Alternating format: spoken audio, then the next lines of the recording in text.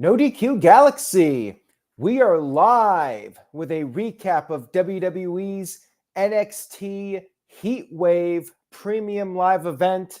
Once again, like Money in the Bank, from Toronto, Ontario, Canada. This was quite the show. 2.5 hours and not a dull moment. We had, as Sheamus would say, banger after banger after banger. Shout out to Caleb Jacobs, who sent in a $2.41 super chat. I will get to that in just a little bit once we talk about Ethan Page. Let's discuss this event, NXT Heatwave. We had a kickoff match. Not really going to say much about it. Arianna Grace's team won. The Canadians picked up the victory. We had our first match of the main show. Wes Lee challenging Oba Femi for the North American Championship. A really strong opening match. Oba Femi looking like a beast as he has in recent months.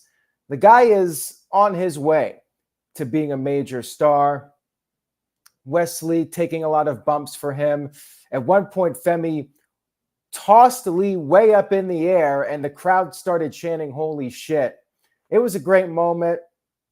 If things keep going the way they're going, Oba Femi is going to be a massive star on the main roster. Lee tried to use his speed during the match. Femi was mostly dominant, but then he charged at Lee. He missed and hit the ring post. That gave Wes Lee a chance to build up some momentum, but that was short-lived. Femi regained control. He chopped Lee on the apron, and one day we might get Oba Femi versus Gunther in a battle of the chops. Eventually, Lee was able to make a comeback. He did hit the cardiac kick, but Femi kicked out of it. And then Lee went for another one. He was unable to hit it. Femi countered it with a sit-down powerbomb. 1, 2, 3.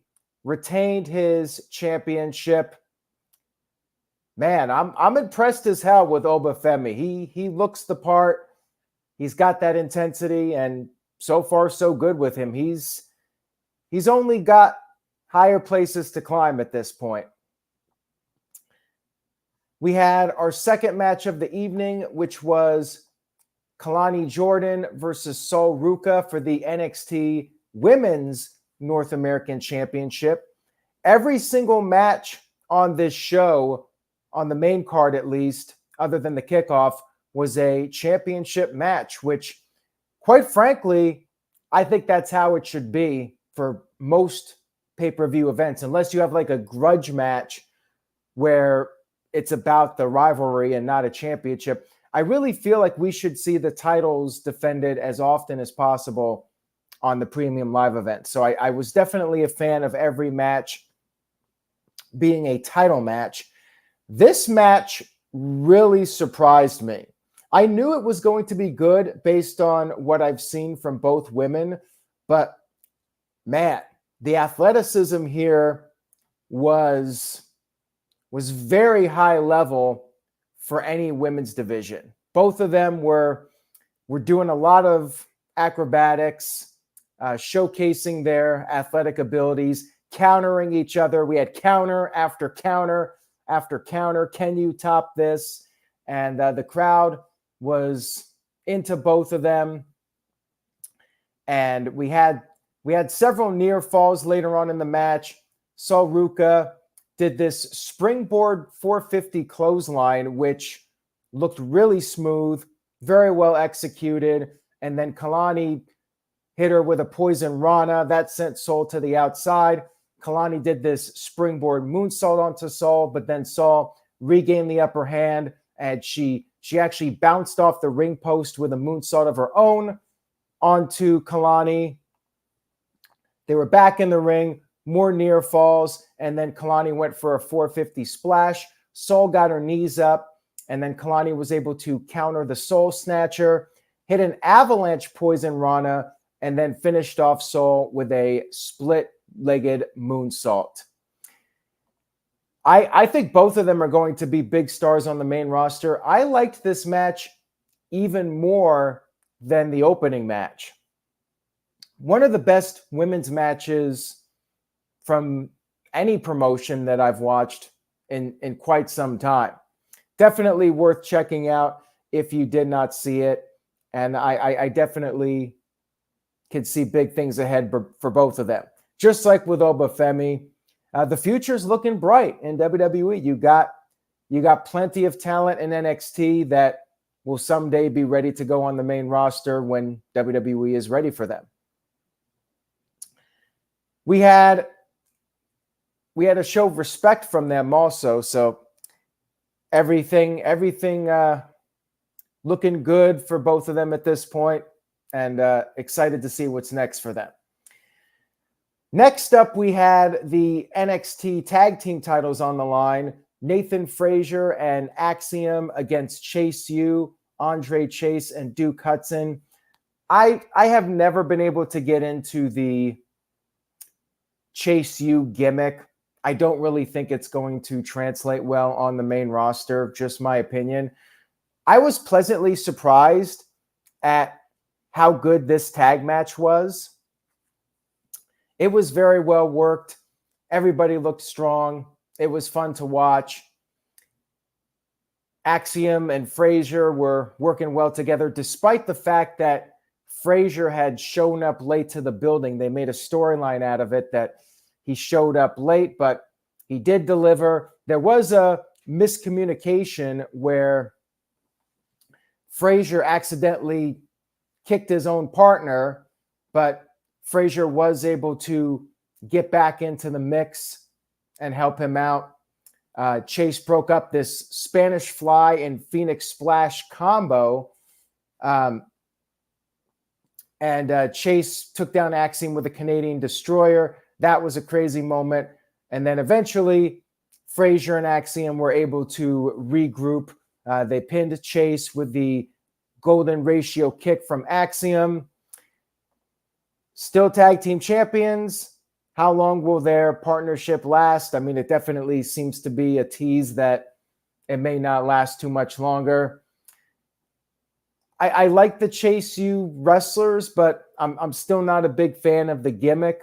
Maybe they can tweak it, change it up a little bit. I just feel like it won't translate well to the main roster.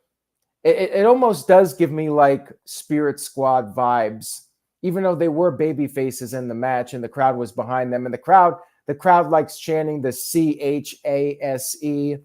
So they are into it, but I still don't know. I feel like they need to change it up a little bit.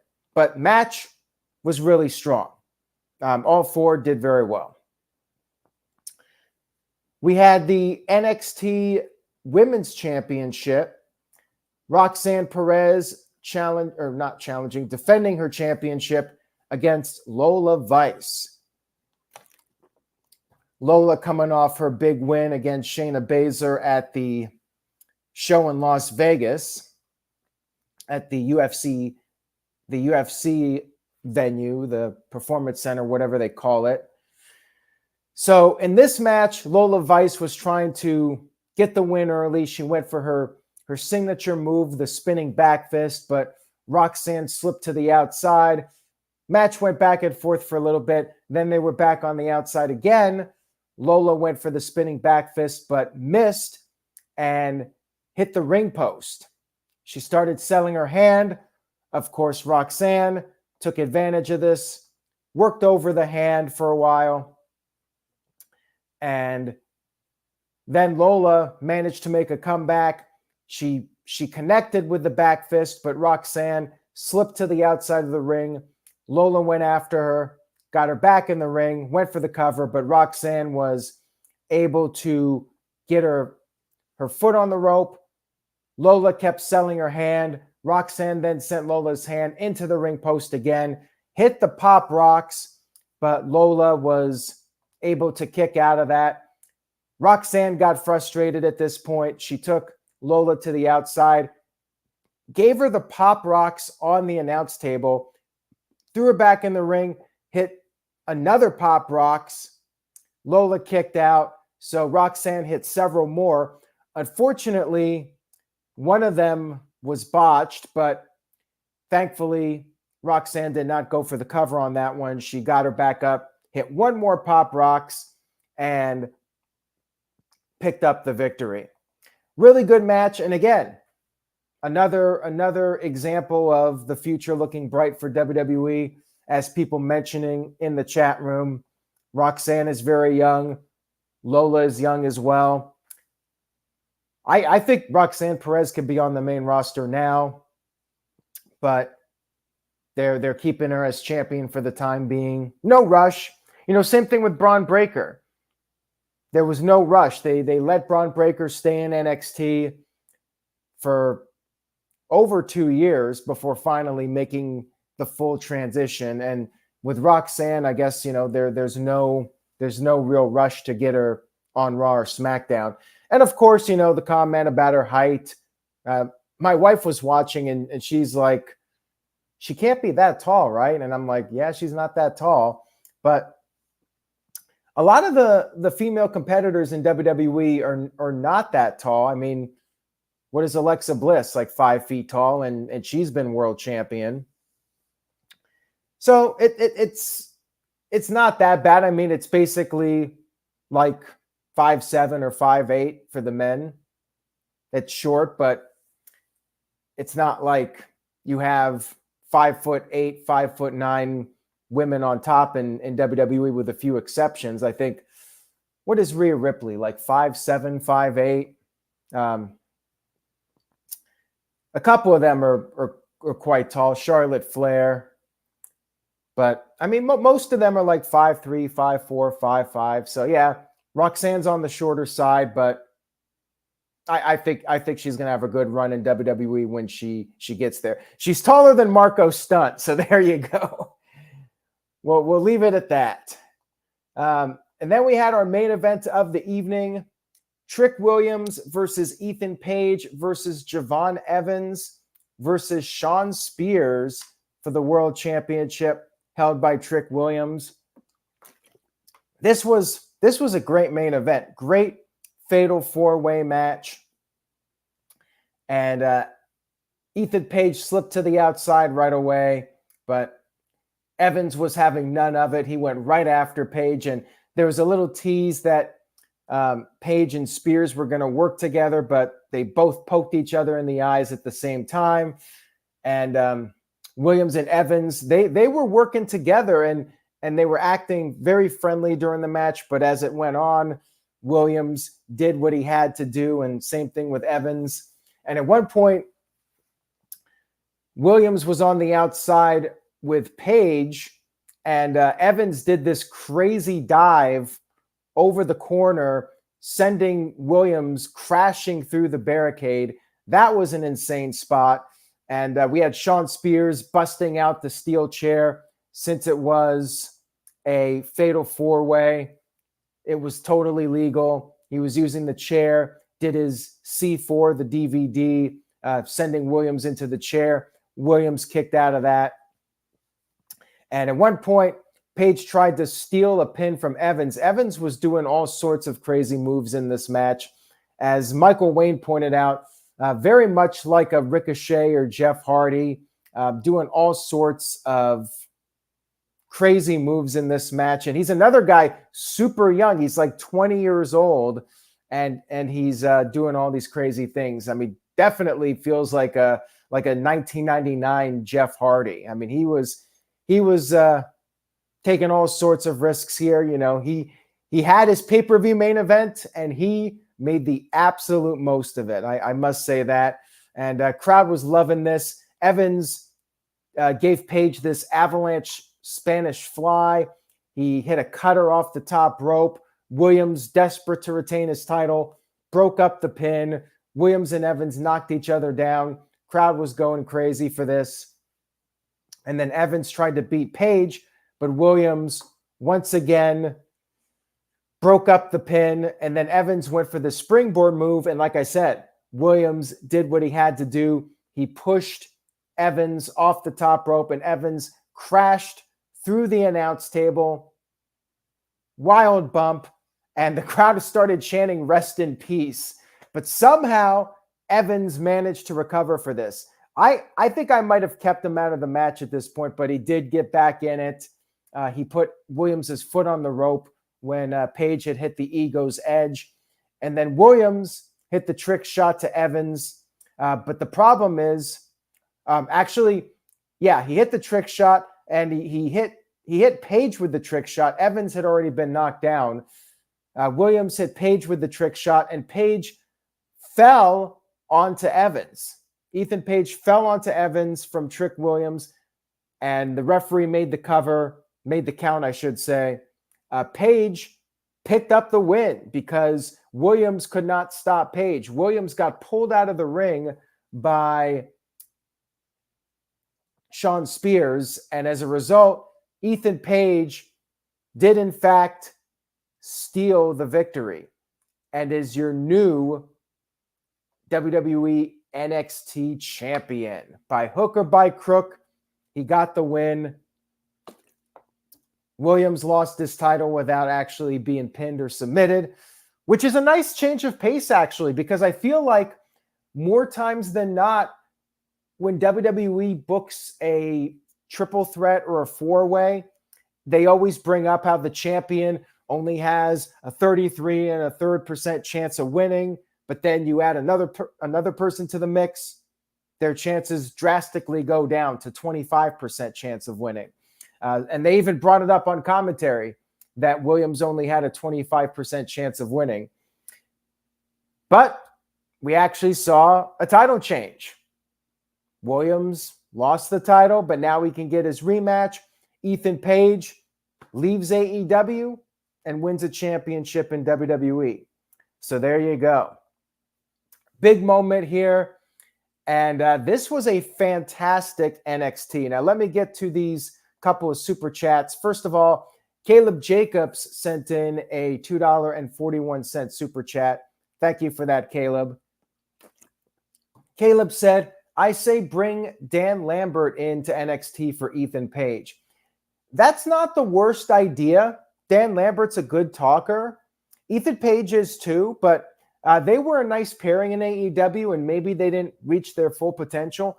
I would not be opposed to that if they wanted to reunite those two in NXT and have Dan Lambert be the mouthpiece for Ethan Page. I'm a fan of that idea, Caleb. I would not have a problem with that. Shout out to Building Nexus, who sent in a $5 super chat. Thank you for that, Building Nexus. I appreciate it. Says, NXT has done more for Ego in 2 months than AEW ever has. Ethan Page, one of those guys where people were talking about him. He was getting some buzz, and AEW never really capitalized on it. You could say that about quite a few people in AEW. Ethan was one of those guys that was having some organic momentum, and he was basically just enhancement talent in AEW. Kind of like a Brian Cage, a guy who had generated some buzz outside of AEW, came into AEW, but was basically there to just put other people over. That's what Ethan Page was. So this is a big opportunity for him now. Wins the NXT title, and I don't know if it's going to be a transitional run. I thought this was a great show. And this was the first NXT premium live event in a long time where it felt at the level of the best black and gold shows. And I really haven't felt that way since the pandemic and the 2.0 rebranding. Walter Cruz sent in a $2 super chat. Thank you, Walter. Says, Heatwave show of the week, don't at me. I agree with you. I think this was better than Money in the Bank. I give the show a solid A. Maybe if they had a few surprises, maybe a few debuts or some big angle, I might have gone A plus. But as far as a 2 hour, it was actually 2.5 hours, a 2.5 hour 5 match card. It was almost perfect.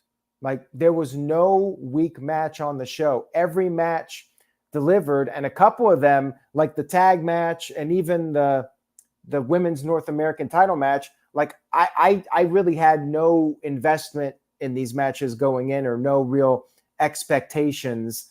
And both of them definitely exceeded my own personal expectations.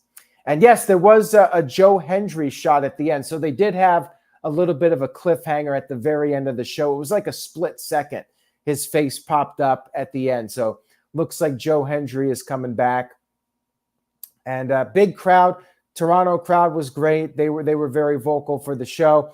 I feel like they chanted "This is awesome" for every match on the show. Maybe there was one where they didn't, but they were invested in every match on the card. No weak points. They did have some breaks. They showed The Rock talking out of character again, like they did for Money in the Bank, but it did feel like they had fewer commercials. Like it did seem like the breaks were a little bit shorter, and the show moved along very nicely, well paced, and it accomplished what it needed to. Elevated your young talent, gave them some ring time in front of 10,000 plus people. It was an excellent show. I definitely recommend checking it out. Keith Johnson sent in a $2 super chat. Thank you for that, Keith. I appreciate it. Says, do you think it's too soon for Trick to lose the championship? I'm a little surprised by it, but he could be in a good position to chase for the title. As they say, the money is in the chase. And with Ethan Page stealing the title, basically, now Williams has something to fight for. And I think it might be a better dynamic for him to be chasing the title rather than being the champion defending it. Because like the thing is, you really don't have any big monsters to challenge him. Maybe an Oba Femi, but he's got his title that he's defending. So I actually like the idea of Williams chasing the title for a little bit. And, you know, he very well could regain it before his run in NXT comes to an end. Definitely check out the show if you didn't watch it. Restored my faith in NXT a little bit because I was not really all that blown away by the last NXT show in Las Vegas at that UFC Performance Center. This show was a big step up, and the talent. You know, I was also feeling the absence of Braun Breaker and Carmelo Hayes and Ilya Dragunov. So now, I mean, the future definitely looks brighter. I don't know if I'm going to start watching NXT on a weekly basis, but I was very satisfied with this show and looking forward to the next one. So thank you guys for tuning in tonight. I very much appreciate it. If you liked the video, please give it a thumbs up on YouTube. Stay tuned to NoDQ.com for the very latest. We got Raw, and then on Tuesday night, 7 p.m. Eastern, 4 p.m. Pacific, we have the No DQ review coming back. A lot to discuss. More fallout from Money in the Bank, I'm sure, coming up soon. So stay tuned. NoDQ.com will have you covered. Say yes to No DQ. NoDQ.com/merch. And I will see you all next time.